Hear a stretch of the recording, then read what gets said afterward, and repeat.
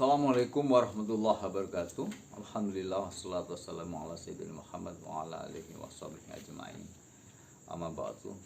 Saudara, kali ini saya menerima pesan DM lewat Twitter yang bertanya tentang susunan surat di dalam Al-Qur'an. Siapakah yang menyusun surat itu? Apakah surat Al-Quran dari Al-Fatihah, Al-Baqarah, Ali Imran, An-Nisa, dan Al-Mindah itu digagas oleh manusia, tim 9, ada yang mengatakan tim 9 atau tim 11 yang dipimpin Zaid bin Sabit, ada juga yang mengatakan hanya 11, ada yang mengatakan apakah ada peran Nabi di dalam penyusunan surat itu. Apakah betul Nabi berperan? Karena Nabi sudah wafat. Apakah juga pertanyaan lain, ada peran Allah? Di mana peran Allah dalam penyusunan surat-surat di dalam Al-Quran itu? Ada 114 surat. Pertama, surat pertama adalah Al-Fatihah, itu pembuka. Surat ini menjadi menarik karena banyak tafsir.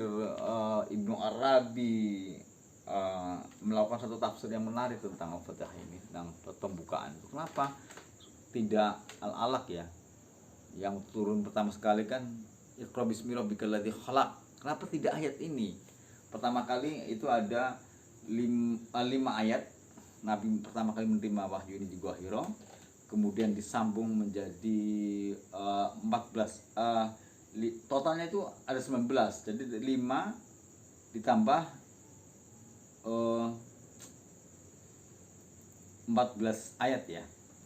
Ayat sambungan dari Al-Alaq itu 14. Itu kenapa kemudian surat ini tidak menjadikan surat awal?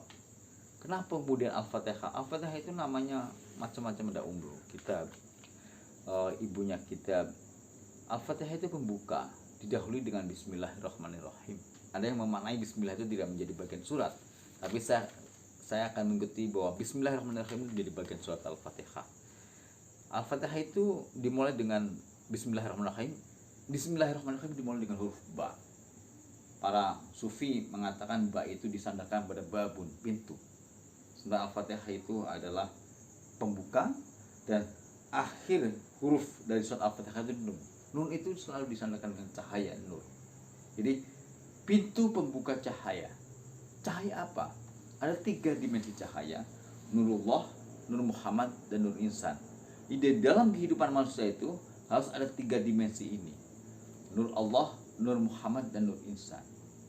Semacam tanda kutip ya, trinitasnya cahaya itu penggabungan antara Nur Allah dan Nur Muhammad, Nur Insan itu harus satu sama lain saling berkelindang.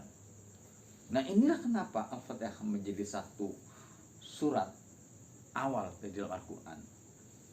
Saya melihat pertanyaan ini pada satu pendapat yang mengatakan bahwa ada peran Nabi Muhammad dalam menentukan susunan surat seperti ini, susunan surat Al-Quran. Tidak mungkin Zaid bin Sabit dan timnya hanya menentukan tanpa peran Nabi. Bagaimana cara Zaid bin Sabit dan timnya melakukan satu koordinasi dengan Nabi? Orang sekelas Zaid bin Sabit tentu punya cara untuk komunikasi dengan Nabi Muhammad SAW. Berbagai pendapat kalangan sufi, kalangan urafa, kalangan mursyid mengatakan bahwa Zaid bin Sabit melakukan satu perjumpaan melalui mimpi dengan Rasulullah. Jadi ayat-ayat surat-surat di dalam Al-Quran itu 114 itu dituntun sama Rasulullah dan direkomendasi sama Rasulullah. Ini yang pertama ini, yang kedua ini, yang ketiga ini. Tentu Rasulullah sudah konsultasi dengan Allah. Artinya peran Allah di situ sangat dominan, yang kemudian didelegasikan ke Nabi Muhammad, dan Nabi Muhammad kemudian direkomendasi ke tim yang diketuai oleh Zaid bin Sabit. Jadi susunan surat dalam Al-Quran yang begitu sistematik, setelah Al-Fatihah sebagai pembuka, kemudian Al-Baqarah. Al-Baqarah itu kan sapi apa? Sapi betina. Sapi betina itu apa sih maksudnya? inti dari sapi itu adalah air susu sapi itu. Air susu itu sumber kehidupan. Kehidupan manusia itu bersumber dari air susu ibu. Jadi problem mendasar kehidupan manusia itu memang dari air susu ibu. Selama 2 tahun kita menyapih melalui air susu ibu. Dan oleh filosof Yunani pertama, Thales, dia mengatakan bahwa air itu sumber kehidupan manusia. Jadi kalau kita mau korespondensikan antara pendapat Thales, filosof Yunani, dengan diktum Al-Quran dengan surat Al-Baqarah, itu sangat koheren banget. Artinya sapi yang dimaksud dalam Al-Baqarah itu sapi betina yang akan diambil adalah intisari sapi itu air susunya. Jadi kehidupan manusia itu berawal dari air susu ibu. Bagaimana kemudian, ada pertanyaan, kan ada bayi yang tidak menyusui, itu problem lain. Maka bayi yang menyusui, yang kena ASI dan tidak ASI itu sangat berbeda secara perkembangan, pertumbuhan jiwanya, pertumbuhan mentalnya. Karena air susu ibu itu satu sumber kedekatan rahim, kedekatan kasih sayang dengan anak dan ibunya itu. Nah, setelah Al-Quran menggambarkan Al-Baqarah dengan idiom susu, air susu itu, kemudian masuk ke dalam satu struktur berikutnya, surat Al-Imran. Alif Lam Mim, Allahu la ilaha illa huwal hayyul qayyum. Alif Lam Mim itu, ini persis dengan surat Al-Baqarah, dimulai dengan Alif Lam Mim. Alif Lam Mim, minta maaf, Alif Lam Mim, Allahu la ilaha illa huwal hayyul qayyum. Ya, nazzala 'alaikal kitaba bil haqq musaddiqan lima baina yadayhi wa anzalat tawrata wal injil. Jadi surat ini ingin mengidentifikasi lelaki yang bernama Imran. Lelaki yang tidak ada di dalam struktur kenabian, tidak ada kerasulan, tapi lelaki yang sangat mulia, yang memberi contoh tentang bagaimana hidup sebagai manusia yang tidak punya label gelar Rasul Nabi. Inilah kemudian akan menjadi jembatan bagi kita sebagai muslim dengan menghayati peran Imran di dalam membangun struktur keluarga. Setelah Quran mendefinisikan sosok lelaki, Al-Quran masuk dalam satu surat berikutnya, An-Nisa. An-Nisa itu perempuan. Al-Quran merinci betul tentang sosok perempuan di dalam kehidupan berkeluarga, di dalam kehidupan bermasyarakat dan kehidupan bernegara. Artinya secara sistematik, setelah Allah membuka dengan Al-Fatihah sebagai satu pintu pencahayaan manusia, kemudian Allah mendeskripsikan tentang Al-Quran dengan satu patokan surat Al-Baqarah, dengan sumber kehidupan itu air susu itu. Setelah masuk ke dalam surat Al-Baqarah, tahapan berikutnya adalah mengidentifikasi lelaki muslim itu seperti apa perannya di dalam kehidupan keluarga, masyarakat atau bernegara. Baru masuk kepada struktur tentang kehidupan wanita. Di Ar-Rijalu Qawwamun 'alan Nisa itu sebenarnya lelaki itu pemimpinnya wanita itu sebenarnya tidak hanya dimaknai sebagai satu letterlock ya, bahwa lelaki itu sebagai pemimpin wanita, tetapi lelaki itu sebagai pembimbing baik lahir dan batin, baik rohani. Dan ini ayat ini siklusnya dalam keluarga. Jadi lelaki itu pemimpin wanita itu siklusnya di dalam keluarga, bukan di dalam luar keluarga. Ini asbabun nuzul ayat itu situ. Setelah Allah mendefinisikan perempuan, kemudian masuk di dalam Al-Maidah itu. Al-Maidah itu hidangan. Nah, lelaki, perempuan yang sudah berkeluarga, menikah dan membangun satu unikum yang namanya keluarga, itu kemudian harus berpikir tentang Al-Maidah itu, tentang hidangan, tentang makanan apa yang harus dia raih ketika masuk dalam struktur keluarga. Bagaimana mencari makanan untuk menghidupi kehidupan keluarga, menghidupi istri dan anaknya. Nah, makanan di sini, hidangan di sini adalah hidangan yang berproses dari cara-cara yang benar. Jadi saluran makanan, saluran minuman yang masuk di dalam melalui mulut kita itu harus diproses dengan cara-cara yang benar. Toyib, cara-cara yang baik. ada makanan dan minuman halal tapi tidak baik. Nah, Islam mengandung satu konsep, makanan itu halal harus baik. Ada makanan yang sate misalnya tidak baik bagi orang yang kena penyakit darah tinggi ya. Itu tidak boleh makan sate. Jadi meskipun sate halal, sate kambing halal, tapi tidak toib, tidak baik untuk orang yang kena penyakit tertentu. Ada banyak makanan yang baik tapi ada banyak makanan yang halal tapi tidak toib, tidak baik. Nah, ada minuman yang baik tapi ada minum yang halal tapi tidak toib. Jadi Islam melakukan satu delegasi, melakukan satu role of Islam, aturan Islam itu makanan dan minuman meskipun baik itu, meskipun halal itu harus baik. Jadi banyak bertebaran di toko-toko, di mall, di Indomaret, di Alfamart dan sebagainya, banyak makanan baik, banyak makanan halal tapi tidak baik. Nah, Islam menuntun kalau you ingin makan, kalau you ingin minum, tidak hanya baik makan dan minum itu, tapi harus halal. Jadi orang yang sudah tahapan pertama dibuka cahayanya antara nurullah, Nur Muhammad dan insan, kemudian masuk satu tahapan tentang esensi kehidupan dalam manusia itu dari sumber air susu ibu dalam konteks ini.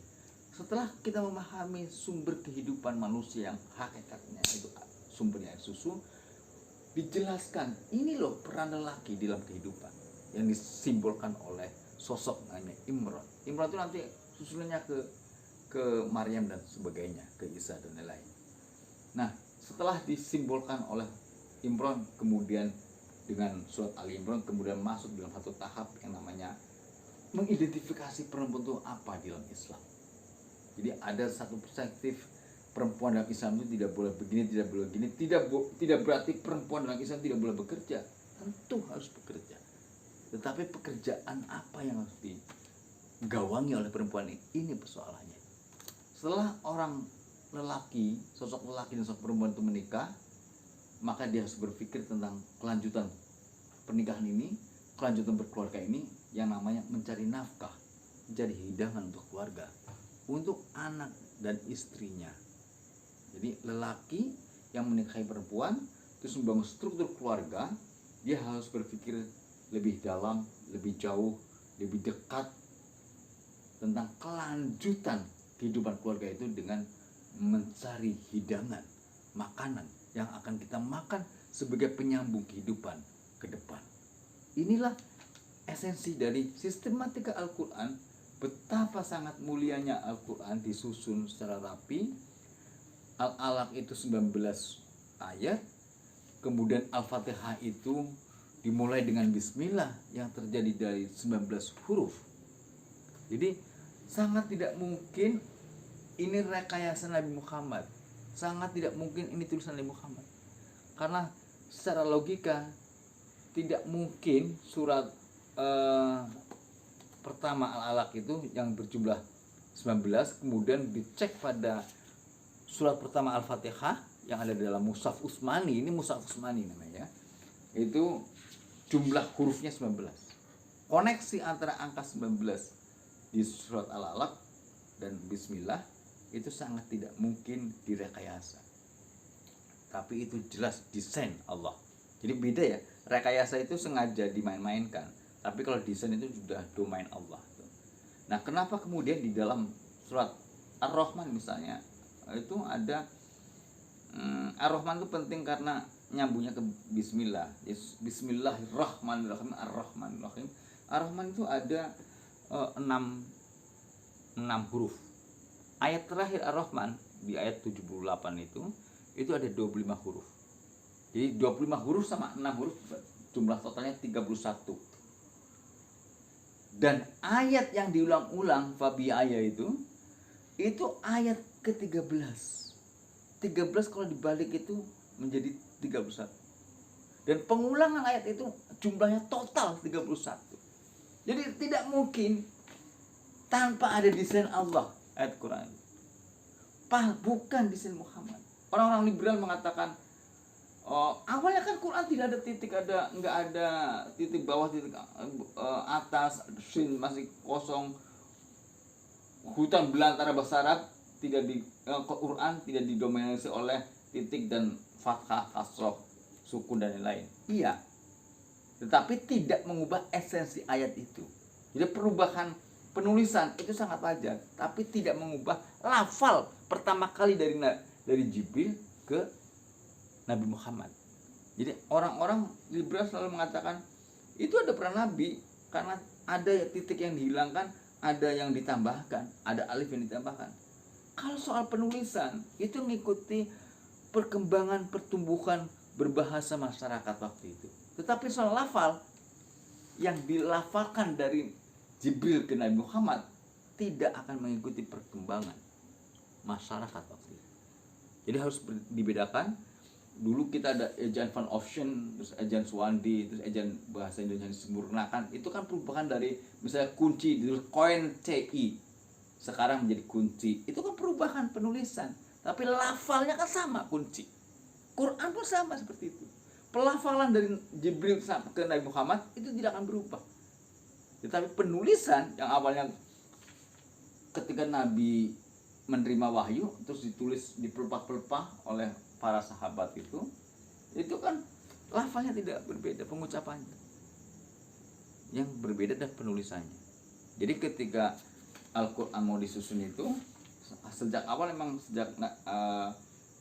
sejak Sayyidina Abu Bakar sudah diminta untuk disusun. Kemudian Umar menginisiatif setelah menjadi khalifah, diinisiatif untuk disusun lagi. Baru pas sahabat Utsman bin Affan direkomendir Zaid bin Sabit untuk menjadi ketua tim penulisan Mushaf Al-Qur'an Utsmani itu. Lahirlah ini Al-Quran. Waktu terjadi perdebatan ya, misalnya apakah surat An-Nas dan Al-Alaq dimasukkan, itu sudah perdebatan sengit. Kemudian telah dimasukkan. Jadi di dalam melakukan penyusunan surat ini itu perdebatannya luar biasa keras. Kemudian Zaid bin Sabit dan tim, ada yang mengatakan 9 orang, ada yang bilang 11, melakukan satu diskusi intens, kemudian melakukan satu istikharah dan pertemuan dengan Nabi melalui mimpi. Jadilah seperti ini Mushaf Utsmani. Dan Al-Quran ini mau nggak mau tidak hanya jadi hudan, jadi petunjuk, tapi jadi syifa, obat. Jadi Al-Quran itu jadi obat. Kalau orang sakit jiwa, hatinya sakit, itu akan sembuh dengan baca Al-Quran. Tapi kalau orang sakit kepala, tentu ke dokter. Jadi sakit medis itu harus ke dokter, tapi sakit batin itu harus larinya ke Quran. Itu Allah udah menjelaskan, Al-Quran itu sifat. Jadi mau gak mau dia harus kembali, kalau meyakini sebagai muslim, Quran harus jadi petunjuk kehidupan. Kalau kita mau pergi kemanapun, jauh dari rumah, mau dari luar kota atau luar pulau atau luar negeri, kita minta petunjuk sama Allah, pasti akan dikasih jalan.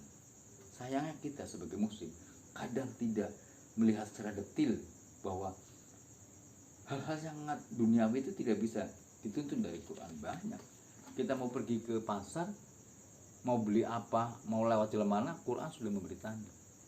Jadi salah besar kalau orang mengatakan bahwa Quran itu kan hanya aturan-aturan tentang halal haram. Itu tidak. Quran itu mengatur seluruh aspek kehidupan, way of life manusia muslim, dan bahkan tidak hanya muslim. Quran itu mengatur kehidupan non muslim juga. Disitulah fungsinya Ar-Rahman. Di Al-Quran itu penyempurna dari Zabur, Taurat, dan Injil. Hadirlah Al-Quran. Al-Quran itu merahmati, memberi rahmat tidak hanya umat Islam, merahmati orang non muslim juga. Begitulah saudara, bahwa para sahabat, bahwa susunan surat Al-Quran itu yang 114 itu tentu atas peran Nabi Muhammad dan juga atas peran Allah yang kemudian didelegasikan kepada pimpinan perumusan Mushaf Utsmani, sahabat Zaid bin Sabit. Demikian. Assalamualaikum warahmatullahi wabarakatuh. Disebut IA